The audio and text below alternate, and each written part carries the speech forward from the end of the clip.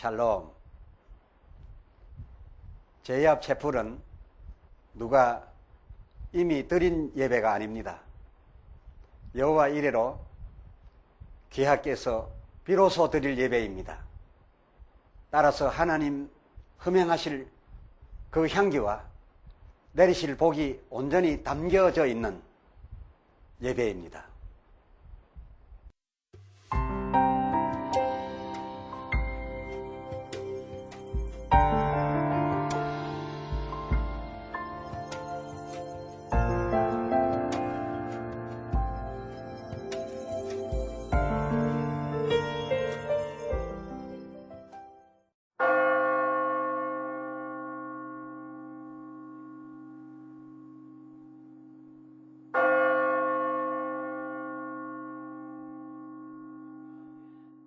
지금부터 거룩하신 주 예수 그리스도의 이름으로 본 예배를 시작합니다.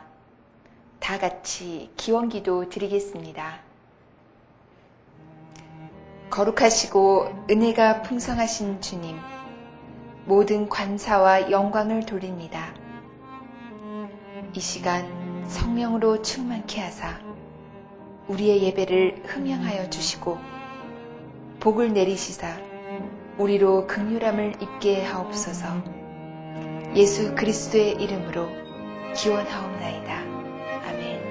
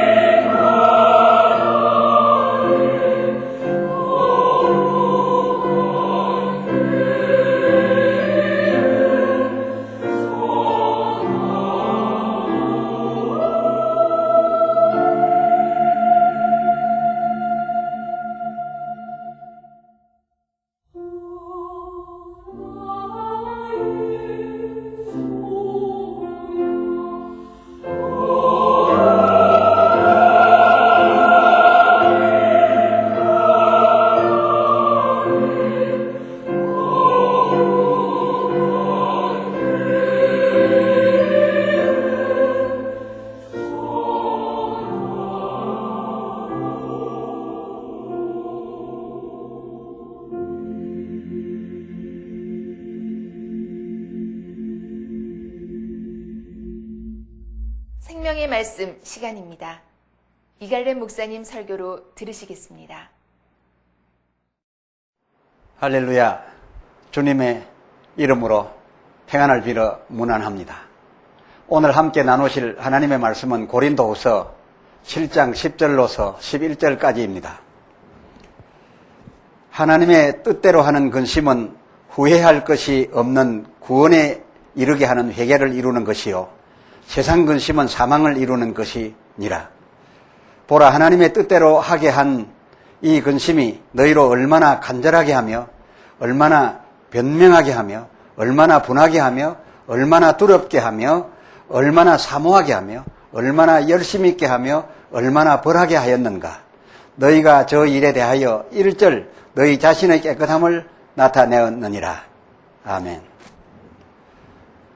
회개와 용서에 관한 말씀, 오늘 그 셋째 시간으로 후회할 것이 없는 회개에 대하여 말씀을 드리겠습니다. 구원에 이르는 회개를 전파하던 세례 요한은 그 세례 현장에 몰려온 바리새인들과 사두개인들에게 열매 없는 회개는 용서받지 못하는 것이라고 단언하여 외쳤습니다. 이 바리새인들과 사두개인들이 요단강 세례 요한의 세례 현장에까지 왔다는 것은 대단한 일이 아닐 수가 없습니다. 말하자면 뉘우친 바가 있어서 죄 용서함을 받기 위해서 베푸는 세례의 덕을 입기 위해서 왔던 것입니다. 그러나 그들은 그와 같이 후회하고 자복하고 심지어 죄사함을 받으려고 세례까지 받았다 한다 할지라도 그들은 그 후에도 여전히 예수님을 받아들이지 않았습니다. 예수님을 배척하였습니다. 말하자면 그들은 회개하러 나와서 세례를 받던 그때의 마음의 상태와 그들 생활에 맺은 바 그 열매는 전혀 달랐다 그것입니다. 그래서 그런 자들에게는 구원에 이르지 못한다라고 말했던 것이죠. 또한 아브라함 후손님을 믿는 그 믿음, 그것으로서 저들은 자신만만하고 있었습니다마는 그것으로도 임박한 진노를 도무지 피하지 못한다라고 말하였던 것을 우리는 볼 수가 있습니다. 참고적으로 성경을 통해서 의로 말미암아 구원을 받은 가족이 있다면 노아를 들 수가 있겠습니다. 노아는 그의 의로서 그의 가족을 구원한 바가 있습니다. 그래서 의의 조상이라 할 수 있지요. 이에 비해서 아브라함은 믿음의 조상이라고 합니다. 그에게 특별한 의가 전부터 있었던 것이라기보다는 믿는 믿음으로서 그는 구원을 받았습니다. 저들 백성들이 아브라함을 자기의 조상으로 둔 것, 즉 하나님을 믿는 믿음을 가진 것으로서 모든 것이 다 된다라고 생각하고 있었으므로 역시 그러한 저들을 향하여서도 너희 죄가로 임박한 그 진노를 피하지 못한다라고 외쳤던 것을 볼 수가 있습니다. 그럼 과연 세례 요한이 가르친 바 구원에 이르는 회개는 어떠한 것이어야 하는가, 이것이 궁금하지 아니할 수가 없습니다. 우리 현재의 기독교인들도 이 바리새인들과 사두개인들을 비판하고 있습니다. 그렇지만은 우리들 과연 그 바리새인들, 사두개인들과 무엇이 다른가? 자세히 살펴보면 그들과 마찬가지가 아닌가 하여 우리도 그 바리새인, 사두개인과 같이 세례 요한의 경고를 받아야 할 형편이 아닌가, 이런 생각이 되어지고 이런 생각을 떨쳐버릴 수가 없습니다. 그래서 오늘은 후회할 것이 없는 회개, 고린도 후서 7장 10절 11절에 소개되어 있는 후회할 것이 없는 회개에 이르는 구원받을 수 있는 죄사함을 입을 수 있는 세례에 대해서 소개를 드릴까 합니다. 고린도후서 7장 10절 상반절에 후회할 것이 없는 구원에 이르게 하는 회개를 이루려고 한다면, 구원에 이르게 하는 회개입니다. 이것을 이루려 한다면 고린도후서 7장 11절에 기록된 대로 보라, 하나님의 뜻대로 하게 한 이 근심이 자기 죄에 대한 근심입니다. 예, 죄에 대해서 후회하는 겁니다. 그런데 하나님의 뜻에 합당한 수준에 갈 만큼 하게 한 이 근심이, 그렇다면 너희로 얼마나 간절하게 하며, 얼마나 변명하게 하며, 얼마나 분하게 하며, 얼마나 두렵게 하며, 얼마나 사모하게 하며, 얼마나 열심 있게 하며, 얼마나 벌하게 하였는가, 이것을 우리에게 묻고 있는 것입니다. 이미 소개해드린 바 있는 이스라엘 백성들, 예레미야를 통하여 내린 바 하나님의 말씀을 그 두루마리에 적힌 대로 듣고 있던 저들, 그들이 바로 금식에 들어갔습니다마는 그들이 모인 그날도 아시는 바와 같이 금식일이었습니다. 저들은 금식일을 정해놓고 늘 그 금식일에는 별다른 그런 생각 없이 연례 행사처럼 금식을 하고 있었습니다. 하나님의 두루마리 말씀을 듣던 그날도 바로 늘 행하던 바 그 연례 행사 중에 하루인 금식일이었다고 전 시간에 소개한 예레미야 36장 6절에 기록되어 있는 것을 우리는 성경을 통해서 확인할 수가 있었습니다. 말하자면 자기들이 지은 그 죄에 대하여 용서받는 이 일이 그리 간절하지 않았다, 그것입니다.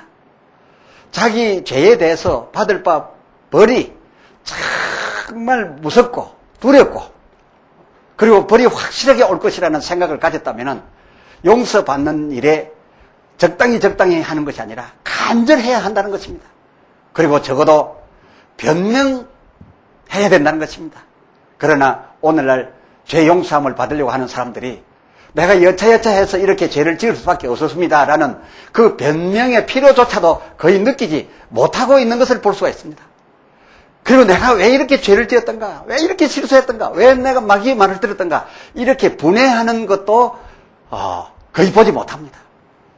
참으로 제사함에 이르기 위해서 사모하여, 그 용서받을 것을 사모하여, 그리고 열심히 회개에 합당한 열매를 맺어서 하나님 앞에 보여드림으로써 이 용서받는 일을 성공해야 되겠다라고 하는 그런 열심도 우리는 별로 찾아볼 수가 없고, 내가 죄를 지었으니 벌받아 마땅합니다, 이렇게 징계를 자청하거나 혹은 또 교회로서 징계를 내렸을 때에 그 징계를 당연한 줄로 알고 받아들이는 이런 모습을 거의 우리가 지금 우리들의 현장에서 볼 수 없는 것을 이건 부인할 수가 없습니다. 에덴 동산에서 범죄하게 되었던 그 아담과 하와를 보십시오. 그들은 범죄하자마자 하나님이 두려웠습니다. 내가 죄를 지었으니 하나님 만나면 어떤 일이 일어날고 해서 숨었었더라고 창세기 3장 8절에 기록되어 있습니다. 그리고 자기들이 죄를 짓고 나니 왜 이같이 어이없는 일이 발생되었는가 싶어서 본의가 아니라고 변명을 합니다. 여자 때문에 제가 먹었습니다. 또 그 여자는 말하기를 뱀 때문에 내가 먹었습니다. 그리고 꼭 죽는다고 하지 않았습니다. 거기에 제가 잠깐 그냥 넘어갔습니다. 창세기 3장 12절이죠. 적어도 이 사람들은 자기들의 지은 죄에 대해서 변명이라도 할 수 있을 만큼 그 죄에 대해서 심각했습니다. 그들이 죄에 대한 벌로서 낙원을 잃게 되었습니다. 쫓겨나게 되었습니다. 저주를 받게 되었습니다. 그렇게 되었을 때도 내가 죄를 지었으니 당연하지, 내가 여기 무슨 불편을 할 수 있으랴, 겸허히 바깥으로 나갑니다. 쫓겨나갑니다. 에덴 동산에서 쫓겨나가면 무엇입니까? 참으로 험악한 세상, 마귀가 지배하는 세상으로 던져지는 것인데 아니 가겠다고 버티지 않습니다. 이것은 무엇입니까? 자기가 지은 죄에 대하여 그만큼 철저하게 이 죄는 큰 것이고 내가 큰 일을 저질렀다라고 하는 그러한 자세를 갖고 있었던 것을 볼 수가 있지 않습니까? 그러한데 성경에 나타난 구약시대 사람들이나 오늘날 우리들 가릴 것 없이 늘 하는 대로 그저 신령과 진정이 없이 회개하는 형식만 취한다면 되겠습니까? 그리고 회개하는 형식만 취하고서 그렇게 하면 당연히 죄사함에 이른 줄로 압니다. 죄사함 완전히 받은 줄로 믿게 됩니다. 이것이 과연 가능하겠습니까? 죄사함의 형식만 취하는데 어떤 이들은 간절하지 않습니다. 그리고 내가 무슨 죄를 지었는지도 모르고 회개하라는 곳에 들어가면 어떤 그런 집회에 들어가게 되면 회개하면 복 받습니다라고 한다면 복 받기 위한 수단으로서 회개를 해보려고 내가 무슨 죄를 지었던가. 심지어 어떤 자는 죄 지은 것을 가만히 눈 감고 기억해내 보십시오. 막 이렇게 부탁하기도 하고 죄를 지은 것을 생각하게 해보려고 애를 씁니다. 눈물이 나지 아니하니까 심지어 어떤 사람들은 친정 어머니 세상 떠난 것까지 생각해가면서 눈물을 막 눈에다가 담는다라고 합니다. 그렇게만 되고 나면 회개가 다 된 줄로 압니다. 용서 안 받고 구원에 이른 줄로 압니다. 뿐만 아니라 믿습니다. 하나님 믿습니다. 예수 십자가의 공로로 나는 구원 받은 것을 믿습니다. 죄사함 받은 것을 믿습니다. 이 믿음만 갖다 들이대면 바로 그것이 의인되는 줄로 알고 그 값싼 믿음을 굳게 붙잡고 믿습니다. 십자가에서 흘린 피로서 나는 깨끗해졌습니다. 이렇게 하는 것으로서 그냥 자기는 그 순식간에 아주 자동적으로 그리고 기계적으로 깨끗함을 입은 줄로 생각합니다. 이와 같이 형식만을 취하는 회개라면은 그건 값싼 회개가 아니겠습니까? 그리고 그냥 하나님 믿습니다. 예수의 십자가로 나는 깨끗함을 입었습니다. 라고서 소리만 외쳐대면 자동적으로 깨끗해진 줄로 생각한다면 그것은 참으로 값싼 믿음이 아니겠습니까? 과연 이런 것이 오늘 본문에 나타난 바 고린도후서 7장 10절에 하나님의 뜻대로 하는 후회할 것 없는 구원에 이르게 하는 회개가 되겠습니까? 과연 그러한 믿음이 하나님의 뜻대로 하는 후회할 것 없는 구원에 이르게 하는 그런 믿음이 되겠습니까? 아닙니다. 그렇지 않다라는 것을 성경은 분명하게 말씀하고 있습니다. 그러한 형식적인 회개, 그러한 형식적인 값싼 믿음을 외쳐대는 그 믿음에 관하여 하나님께서는 정말 구원에 이르는 회개를 가르치는 종 요단강의 세례 요한을 통하여 그런 자들에 대하여 독사의 자식들아, 누가 너희들어 너희 죄가로 말미암아 임한 너희 발등의 그 도끼를 피하라 하더냐라고 우리에게 외쳐대고 있지 않습니까? 하나님께서는 그런 값싼 회개를 받지 않으셨습니다. 그런 값싼 믿음을 믿어 기뻐하신 것이 아니었습니다. 마태복음 5장 23절을 여러분 기억하시죠? 그러므로 예물을 제단에 드리다가, 이 예물은 무엇입니까? 속죄를 위한 번제물이었습니다. 죄를 짓고 와가지고서 그 죄에 대한 별로 대단한 변명할 필요도 느끼지 아니하고 분하지도 아니하고 그리고 사함을 받으려는 간절함도 없고 그러한 상태로 와가지고서 속죄 제물을 하나님 앞에 번제로 드리면 바로 그 형식의 제사가 다 끝나면 나는 죄 없어졌다 이렇게 생각하는 그런 예물을 갖고 와서 제단에 드리다가 거기에서 내 형제에게 원망 들을 만한 일이 있는 줄 생각나거든 그랬죠. 원망 들을 만한 일이 있는 줄로 생각나거든.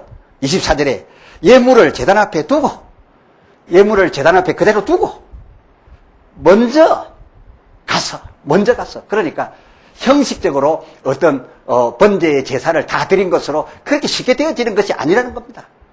그것이 중요하지 않다는 겁니다. 먼저 가서 형제와 화목하고 그 후에 와서 이 예물을 드리라. 26절에 내가 홀이라도 남김이 없이 다 갚기 전에는 그 이웃에게 범죄한 것에 대하여 그 이웃에게 화해를 받거나 그 이웃에게 용서를 받거나 하기 전에는 결단코 거기서 나오지 못하리라. 거기가 어딥니까? 그 내 지은 죄의 죄와 벌에서 나오지 못하리라. 분명하게 주님께서는 이렇게 말씀하고 있는 것입니다. 제가 말씀에 앞서서 밀양 영화에 대하여 영화인들이 만든 그 내용이 좀 문제가 있다라는 것을 말씀드린 바가 있습니다만은, 이 밀양을 만든 영화인들, 오늘 지금까지 드린 이 말씀을 통하여 하나님을 볼 때에 과연 그들이 하나님을 제대로 표현했는가? 그렇지 못한 것입니다.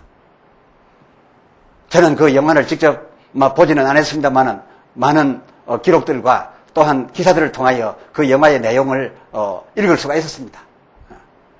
그 여주인공 전도연이 모르는 사이에 그 전도연에게 흉악한 범죄를 저지른 그 사람을 하나님께서는 그냥 용서해버렸다.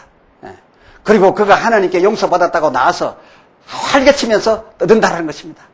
그러나 진정 하나님의 하시는 일을 이 성경을 통해서 제대로 발견했다면 하나님께서는 이 전도연 모르는 사이 그 범죄자를 용서하시지 않으셨습니다. 그리고 또 자기를 하나님이 용서했다고 활개치고 있는 그 사람은 하나님을 만나지도 못한 사람입니다. 그리고 그런 사람은 하나님을 만나러 가서 용서해 주십시오라고 하고 무슨 절차를 했다고 해서 하나님이 와서 용서해 주신 것도 아닙니다. 그렇게 하는 형식적인 회개는 하나님께서 받아주시지 아니하신다라는 것이 이번 내용의 핵심이 아니겠습니까? 또 하나, 예수님을 믿기만 하면 죄가 다 죄되지 않는 것입니까? 많은 사람들이 그렇게 알고 있는 것 같습니다. 아마 그것은 제 생각으로 마태복음 5장 21절에 옛사람에게 말한 바 살인치 말라, 누구든지 살인하면 심판을 받게 되리라 하였다는 것을 너희가 들었으나 22절에 나는 너희에게 말하노니, 나는 너희에게 이르노니, 이렇게 하고 있기 때문에 그 문맥상으로 앞에 있는 내용은 율법입니다. 이 율법에 이어서 21절 율법에 이어서 22절에 나는 너희에게 말하노니 라고 하니까 마치 이 문맥상 그 다음은 읽어볼 필요도 없이 이것은 복음인데, 율법으로는 전에 살인하거나 어떻게 하면 정죄를 받았지만은 예수님의 복음으로 하면은 그것이 다 무죄였다라고 오해를 하고 있는 것 같습니다. 예수님의 하신 말씀이 나는 너희에게 이르노니 말하노니라고 했다라고 해서 그 앞에 내용과 반대되는 말씀을 한 것이 아니었습니다. 나는 너희에게 이르노니 22절에 형제에게 노하는 자마다 또 형제에게 라가라 혹은 미련한 놈이라 라고 하는 자마다 심판을 받아 지옥불에 들어가리라 라고 하셨습니다. 차라리 구약의 율법에는 살인한 행위를 보고서 그 결과로서 말하지만은 나는 너에게 말하노니, 나는 그보다 더 자세하게 말하겠다. 그 형제들에 대해서 욕을 한다거나 무시하거나 라가라, 미련한 놈이라 라고만 해도 바로 살인에 해당하는 벌로다가 지옥불에 던져 넣을 것이라고 분명하게 너희에게 이르노라 라고 말씀하신 겁니다. 그러므로 율법을 말씀하시다가 나는 너희에게 이르노니라고 했다고 뒤에 읽어볼 필요도 없이 복음은 이런 것이 다 용서되는 것이다 라고 그저 미리 약삭 빠르게 편리한 대로 갖다 여러분이 믿음의 진리로 삼아버렸는지 모르지만은 주님께서 말씀하신 내용을 보면은 그것이 아니라는 겁니다. 나는 너희에게 이르노니라고 하는 이 말씀의 참뜻은 무엇이냐? 나는 더하여 너희에게 말하노니, 나도 너희에게 오히려 더하여 더 자세하게 말하노니 인 것이라는 것을 여기에서 우리는 관가해서는 안 됩니다. 율법과 복음이 어찌 다르겠습니까? 율법은 정죄하고 복음은 무조건 용서다. 그럴 수 없는 것이죠. 율법도 하나님에게서 나오고 이 복음도 하나님에게서 나온 것 아니겠습니까? 예수님과 하나님이 다르지 않습니다. 예수님께서는 이 율법을 오히려 폐하러 온 것이 아니라 그 선지자들의 한 말을 무시하거나 아니라고 하러 오신 것이 아니라 마태복음 5장 17절에 보면 내가 율법이나 선지자를 폐하러 온 것이 아니요 오히려 완전케 하려 함이로다 라고 분명하게 말씀하고 있지 않습니까? 그래야 신구약이 하나님 말씀이 되죠. 그래야 하나님은 변치 않는 하나님이시죠. 이렇게 죄에 대해서 분명하신 하나님, 그리고 그와 똑같으신 예수님이신데 우리가 죄를 짓고서 이렇게 쉽게 해결받았다고 그렇게 인정해도 되겠습니까? 그렇게 믿어도 되겠습니까? 무슨 죄를 지었는지도 잘 모를 정도로 그리고 믿습니다라고 하면 모든 것이 다 된 것으로 그렇게 신령과 진정 없이 회개하고 그렇게 손쉽게 믿습니다를 우리가 외쳐대는 그런 믿음으로서 우리가 천국에 자신만만하게 들어갈 수 있는 것이라고 이렇게 평화롭고 자유로워서야 되겠습니까? 그것은 실패하는 회개요, 실패하는 값싼 믿음의 고백이 되고 말 것입니다. 그래서 다음 시간은 본 시리즈 종편으로서 나로서는 할 수 없으나 성령으로 말미암으면 회개도 확실하게 되고 회개에 합당한 열매도 확실하게 맺을 수 있다는 참으로 후회할 것 없는 구원에 이르는 회개를 할 수 있는 그런 회개를 할 수 있는 돕는 성령의 역사에 대하여 말씀을 드림으로써 여러분의 그 회개하려고 하는 회개와 성령의 역사하심이 합력하여 구원이라는 선을 이룬다는 참된 진리의 내용을 소개해 드릴 것을 약속합니다. 감사합니다. 기도합시다.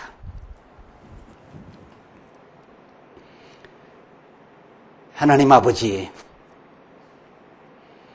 우리가 하나님 앞에서 범죄하는 이 죄는 우리가 생각하는 것처럼 그리고 사두개인들과 바리새인들이 생각하는 것처럼 한 절차를 간단히 끝냄으로써 그렇게 쉽게 해결되어 버리는 것이 아닐 만큼 중하고 큰 사건임을 오늘 발견하게 되었습니다. 이 죄가 얼마나 중요한 사건이었으면 하나님께서 독생자를 십자가에다가 희생시킬 만큼 내어놓아야 하였겠습니까? 그럼에도 불구하고 우리는 죄를 짓고도 간절하지도 않습니다. 분하지도 않습니다. 변명할 필요조차도 별로 느끼지 않습니다. 그저 간단히 회개합니다.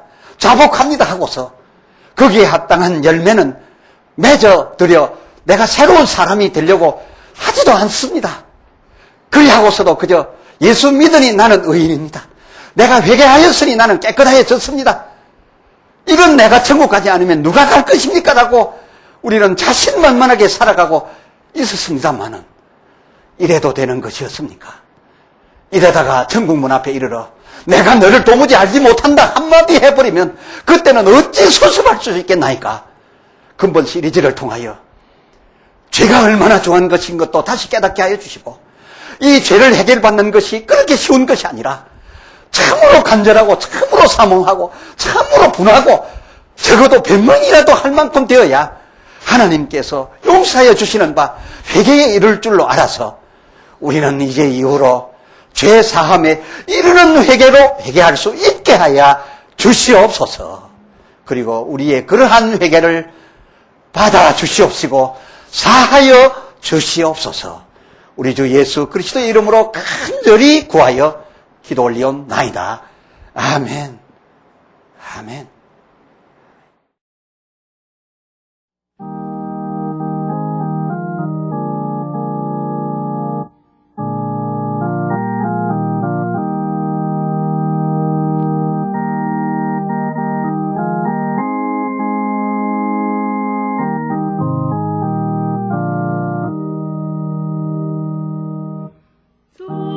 정결하게 하는 셈이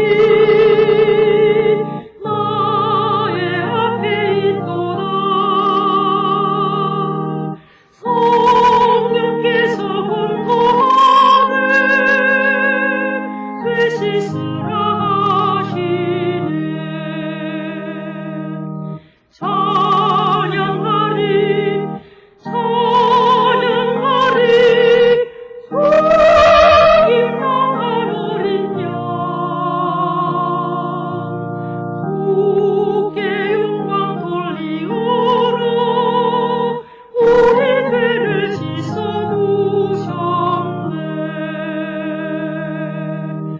나가는 길 비록 좁고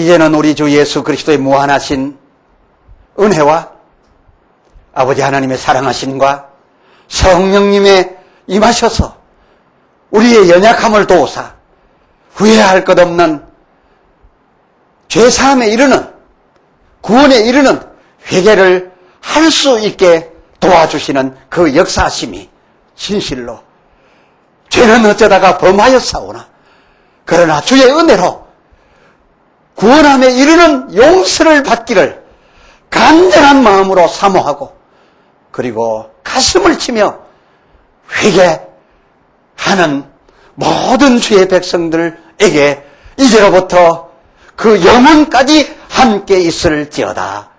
아멘.